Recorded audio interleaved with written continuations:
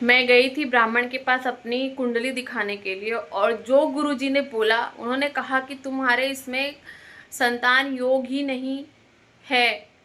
और उन्होंने जो कहा वो सुन के मैं पूरी रात भर नहीं सोई। तो वीडियो पूरा देखिएगा, आपको पता चलेगा कि क्या क्या उन्होंने मुझसे क्या क्या बातें बताई।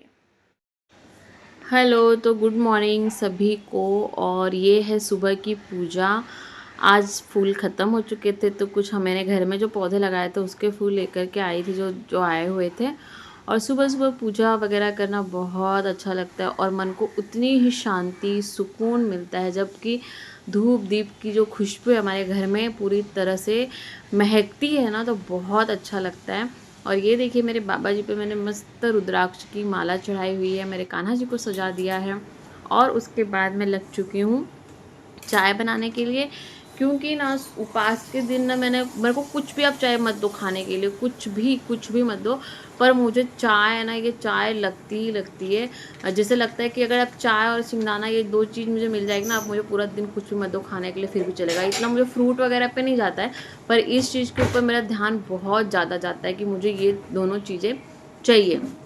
बट क्या हुआ था ना कि सिंगदाना मैंने देखा खोल के, तो उसमें ना थोड़ा पता नहीं एकदम अलग सा भूसी जैसा कुछ लग गया था।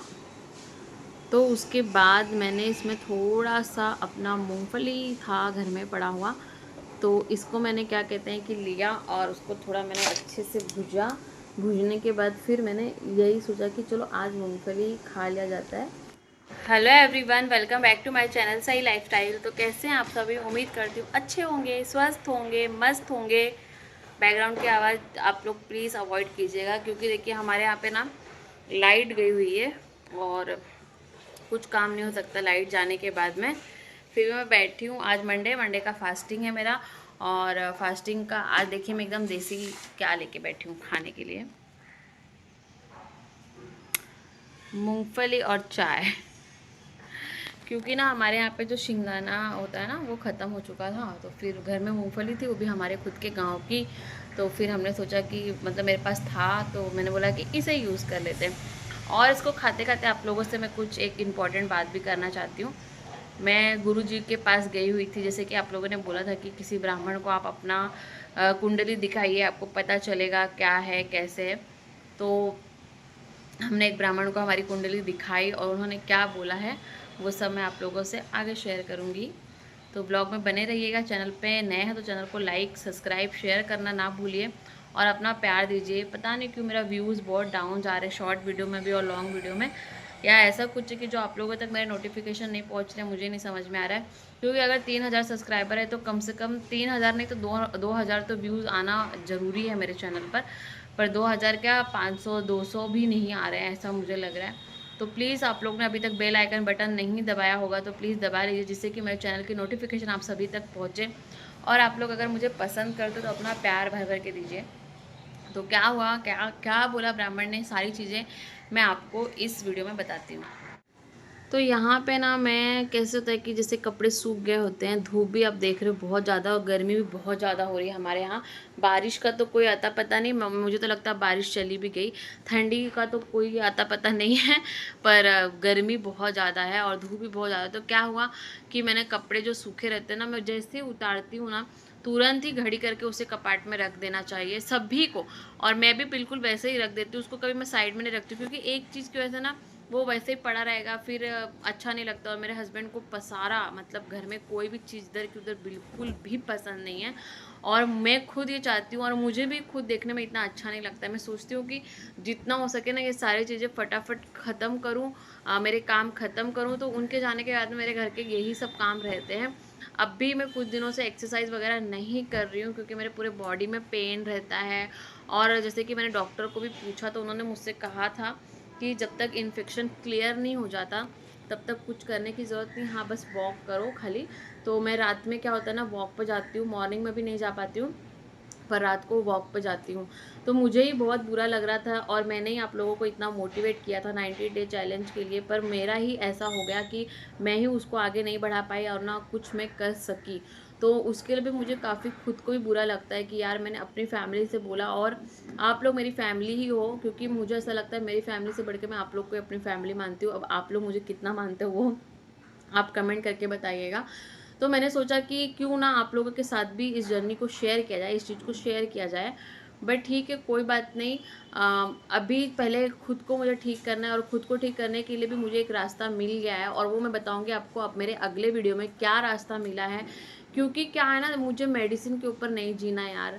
मैं हमेशा मेरे हस्बैंड से बोलती रहती हूँ, क्या मैं सिर्फ दवाइयों के ऊपर ही चल पाऊंगी? दवाइयाँ ही मेरे लाइफ का एक हिस्सा बन चुकी हैं। दवाई के बगैर क्या मेरा कुछ होगा नहीं? तो हस्बैंड मुझे हमेशा बोलते हैं, उस दवाई को तुमने खुद के ऊपर लेके रखा हुआ है। अगर तुम खुद चाहो ना तो उस चीज़ को ख़त्म कर सकते हो बहुत आसानी से। बट तुमने खुद उसको उस चीज़ को लेके, मतलब बोलते हैं ना, जैसे हम पालते किसी को, तो तुमने अपनी बीमारियों को खुद से पाल के रखा हुआ। मुझे भी ऐसा बोलते हैं, क्योंकि तुम मेंटली खुद को इतना डिस्टर्ब कर रहे हो। ऐसा ना हो कि मुझे तुम्हें कल का साइकियाट्रिस्ट के पास लेके जाना पड़े और वहाँ पे जाके दिखाना पड़े। तो इस तरह की नौबत मत लेके आओ। जहाँ में बच्चा होगा, जो कुछ भी होगा, जब उसका समय होगा तो सारी चीज़ें होंगी। वो मुझे ये समझाते हैं। हेलो एवरीवन, तो चाय पीकर हो गई है मेरी, मूंगफली भी खा के हो चुकी है। फाइनली आप लोगों से शेयर करना चाहती हूँ कि मैंने अपनी कुंडली दिखाई और गुरुजी ने क्या बताया। उन्होंने जो बात बताई वो मुझे काफ़ी शॉक भी कर चुकी है, और एक हादसा मेरे साथ हुआ था ना, वो भी उस चीज़ से रिलेटेड ही निकला। तो बोलते हैं ना, भगवान कहीं ना कहीं आपको समझते हैं और कुछ ना तो कुछ आपके लिए करके रखते हैं। ऐसा कुछ भी होता था, लेकिन जो उन्होंने बात बोली उसकी वजह से मुझे पूरी रात भर नींद नहीं आई। सोच सोच के ना दिमाग कुछ काम करना बंद कर चुका था। उन्होंने कहा कि आपकी कुंडली में संतान योगी नहीं दिख रहा है। ये शब्द जब मैंने सुना तो मैं तो सीधा वहां से उठ के ही चली गई। मुझे लगा मुझे सुनना ही नहीं है, ये क्या बात कर रहे हैं। और यही सब रीजन रहता है कि जब लोग कुंडली दिखाने के लिए डरते हैं। पर उसके बाद जो आगे हुआ, मेरे हस्बैंड मुझे लेके, अरे पूरी बात तो सुन उनकी, तू ऐसे कैसे निकल के बाहर आ सकती है। मुझे लगा अरे मैं किसके पास चली आई, मुझे नहीं दिखाना है। बट जब हमने दिखाया उनके पास दोनों जन की कुंडली, और उन्होंने जब देखा तो उन्होंने क्या कहा कि अभी तक, उन्होंने फिर बाद में ये कहा कि आप लोग के संतान योगी नहीं है। संतान योग बनने का जो समय है वो 2025 के एंडिंग से स्टार्ट होगा, और मतलब कि 2026, उन्होंने ऐसी बात रखी हमारे सामने। और मेरे पति की पत्रिका में देखिए एक कि जैसे कि जहाँ संतान योग है वहां पे राहु आके बैठा हुआ है, जिसकी वजह से, मतलब राहु ऐसा कुंडली मार के बैठा हुआ है जिसकी वजह से ये सब प्रॉब्लम है। तो उन्होंने कुछ उपाय बताए आपको करने, और इन्होंने भी सेम चीज ये बताई हमें कि जो संतान गोपाल यंत्र होता है उसका आप अभिषेक वगैरह करके आप रख सकते हैं घर में जहाँ आप सोते हैं। और अगर आपने नहीं कराया है तो फिर उन्होंने ये भी बोला कि मैं खुद करके देता हूँ, तो चाहे तो मैं खुद आपका करा सकता हूँ। और उन्होंने ये भी एक चीज बताई मुझे कि संतान गोपाल का मंत्र आप अगर, मतलब जैसे उन्होंने कहा था कि 5 बार, सेम वही चीज इन्होंने भी बताई कि आप 5 बार करो। और उन्होंने क्या कहा कि मेरे हस्बैंड को बोला कि आपको जितना हो सके ना उतना कोशिश करना आप करने की, और आपकी वाइफ को दिन में 1 बार करने के लिए जरूर बोलना। और मैं इतनी शौक थी यार कि पता नहीं। और जैसे कि मैंने बताया था, जो मंदिर में मुझे मिले हुए थे, शंकर जी के मंदिर में जो लेडी मिली थी, उन्होंने भी सेम यही सारी चीजें बताई। और फिर यहाँ पे इन्होंने ये सारी चीजें बताई, तो कुछ अलग ही लग रहा था उस समय पे। और उन्होंने ना लिख के भी दिया हुआ है, मैं आपको दिखाती हूँ उन्होंने क्या क्या लिख के दिया हुआ है।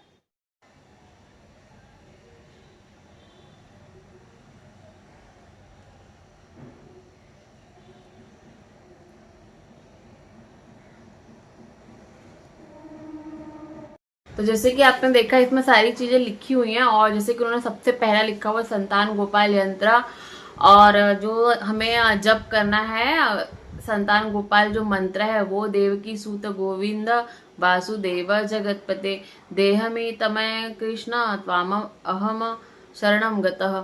जो इस मंत्र का है ना, ये जप करते रहना है। इसको आपको पूरा करते रहना है, 1 बार तो जरूर करें। और 11 माला करें, नहीं तो 108 माला करें, ठीक है। और उन्होंने ये भी बताया कि हर बुधवार को 11 तुलसी के पत्ते कृष्ण भगवान जी को ओम नमः भगवते वासुदेवाय बोल करके चढ़ाना है। और उन्होंने मुझसे कहा कि आप 1 बार पशुपतिनाथ का व्रत जरूर करें। फिर से मैंने उनसे कहा कि मैंने 1 बार किया हुआ था, तो उन्होंने कहा कि आपको फिर से 1 बार करना चाहिए। और जैसे कि पति देव को मेरे इनका राहु का दोष है, तो उन्होंने उनके लिए बताया है कि कुछ मसूर की दाल, गुड़, लाल फूल, ये आपको मंगलवार के दिन गणपति जी के मंदिर में चढ़ाना है, जिससे कि ये प्रॉब्लम सॉल्व हो जाएगी करके। देखिए अभी इतने दिन तो मैं किसी भी गुरु जी, ब्राह्मण जी, किसी के पास नहीं जा रही थी। फिर मुझे बहुत सारे लोग कमेंट कर रहे थे कि दीदी आप आपकी कुंडली दिखाइए, आप किसी गुरु जी के पास जाइए। तो हमने ऑलरेडी भी इसके पहले भी मतलब 1-2 बार दिखाई हुई थी, तो सेम यही चीज मतलब कि राहु दोष है वगैरह बोला था उन्होंने। बट किसी ने ये नहीं बताया था कि आपको कब होगा, कितना टाइम लगेगा, ऐसा किसी ने कुछ नहीं बताया। हाँ, लेकिन हमारी जो भी पत्रिका उसमें ये चीज बताई गई कि आपको 2 संतान सुख है, मतलब 2 बच्चे का सुख है आपके जीवन में। और मैंने इनसे भी पूछा, मैंने इनसे मतलब ऐसा हो गया था कि मैं इतनी इमोशनल हो गई थी कि मैंने इनको बोला कि मेरे मतलब आपको इस कुंडली में क्या देखने को मिल रहा है, मुझे खाली आप इतना बता दीजिए कि मैं माँ बन सकती हूँ कि नहीं बन सकती हूँ, हमारे नसीब में औलाद का सुख है कि नहीं है। और जब उन्होंने बोला 101% आपके जीवन में औलाद का सुख है, आप ये सब चीजें करिए। और राहु भी जब धीरे धीरे शांत होने लगेगा, उन्होंने बताया जैसे हर किसी का एक समय होता है, टाइम होता है। जैसे कि सभी को पता है शनि की 7.5 लगती है, तो जैसे हर चीज का एक टाइम होता है। तो वैसे ही उन्होंने ये भी बताया कि आपको जो ये प्रॉब्लम है ये भी धीरे धीरे अपना एक टाइम होगा, खत्म हो जाएगा। और जब उन्होंने ये चीज बोली तब जाके मेरे मन को शांति मिली। नहीं तो मैं ये सोच रही थी कि अरे इन्होंने ऐसे क्यों बोला कि आपके तो इसमें संतान योग का सुख ही नहीं है वगैरह वगैरह। मैं इतना सच बता रही, मुझे लगा मैं कभी कभी मैं किसी ब्राह्मण के पास यही डर के वैसे नहीं आती हूँ। मुझे ऐसा लगता है कहीं किसी ने कुछ बोल दिया तो। आपको मैं बता दूं, सिमसा माता मंदिर में भी जब मुझे जाना था ना, तो मैंने कितनी बार सोचा था कि हमेशा निगेटिव ही आता है मन में कि कहीं अगर मुझे पत्थर वगैरह आ जाए तो, कहीं मुझे ऐसा कुछ हो जाए तो, और कंकड़ पत्थर आ जाएगा तो फिर मैं क्या करूंगी। जैसे कि मैंने बताया था ना आपको कि बहुत सारा ये होता है ना, वीडियोस में देखा हुआ था, उनके बारे में सुना हुआ था। तो मैंने बहुत सारी वीडियो देखी हुई थी, तो फिर इसके लिए ऐसे लगा था। लेकिन कहते हैं चलो देखते हैं, अब इस पे भी मैंने छोड़ दिया है। और उन्होंने बोला कि योग बन रहा है 2025 के बाद से। तो ऐसा नहीं है कि तभी से आप अपना ये सारी चीजें अभी से आप करना चालू कर देंगे तो आपका जो कुछ भी है लाइफ का, मतलब जो कुछ दोष वगैरह रहता है, ये सारी चीजें खत्म हो जाएंगी। और उन्होंने एक बात बताई कि अमावस्या के दिन एक नारियल, एक बेलपत्र और गेहूं शंकर जी को चढ़ाने से आपके ऊपर जो दोष है, ये तो मुझे पहले से भी पता था लेकिन उन्होंने बताया भी तो। और मैं हर अमावस्या कोशिश करती हूँ, लेकिन कोई अमावस्या मेरा अपसेंट ही लग जाता है, क्योंकि उस समय ध्यान में नहीं आता कि आज अमावस्या है करके। और जब ध्यान में आता तब तो कर देती हूँ। लेकिन उन्होंने बोला नहीं, ऐसा नहीं है, आज से आप इस सारी चीजों को फॉलो कीजिए, ऐसा कीजिए। अगर आप ऐसा करते हैं तो आपके जीवन में खुशियां जल्दी ही आएंगी। तो आप लोगों के कहने पे मैंने दिखा दिया।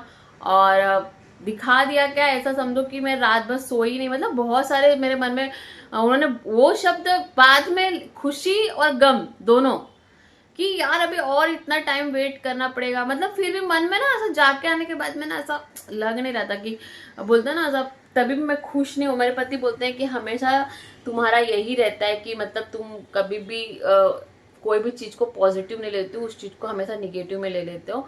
ये तो सोचो कि इन्होंने बोला, मैं बोली बोला तो माँ सिमसा ने भी सपना दिखाया, सब कुछ किया है और मुझे उन पर भरोसा भी है। आज 1 साल हो गए हैं, तो बहुत सारे लोग को 2-3 साल में होते हैं, तो कुछ अपनी राशि दोष भी होते हैं, ये मुझे जैसे कि पता चला। और बहुत सारे लोग मुझे कब से बोल रहे थे कि दीदी आप दिखाओ, पर मैंने दिखा ही नहीं रही थी। पर चलो पता तो चल गया एटलीस्ट। पर देखिए ना, इसके पहले भी मुझे किसी ने ये कहा था और मैंने किया भी। और अभी मैं जैसे कि मैंने खुद से संतान गोपाल यंत्र की पूजा की हुई थी, बट अभी मैं सोची थी कि मैं उन्हीं ब्राह्मण के पास दे करके उसे मतलब ब्राह्मण के हाथ से ही करा लेती हूँ, क्योंकि उन्होंने खुद कहा कि अगर आपने लेके आए तो आप मेरे हाथ से करा लीजिए, मैं खुद करके दे दूंगा। तो देखते हैं, अभी मैंने सोचा है, अभी उनको जाके मेरे हस्बैंड बोले कि वो लेके जाएंगे और वो करके दे देंगे, तो उनसे करा के फिर घर में लाके रख लेंगे। तो आप सभी से भी मैं यही कहना चाहती हूँ, संतान गोपाल यंत्र, संतान गोपाल का मंत्र, ये गांठ बांध लो अपने जीवन में और इसको स्टार्ट कर दो। जितनी भी महिलाएं देख रही हैं, मैं तो मेरे लाइफ से जो जुड़ी हुई वही सारी चीजें आप लोगों से शेयर करती हूँ। जैसे कि आप लोगों को मैं कभी भी कोई गलत चीज तो बताती नहीं हूँ, क्योंकि गलत बता के मुझे क्या मिलने वाला है। जो मेरे लाइफ का है मैं वही आप सबसे दिखाती हूँ।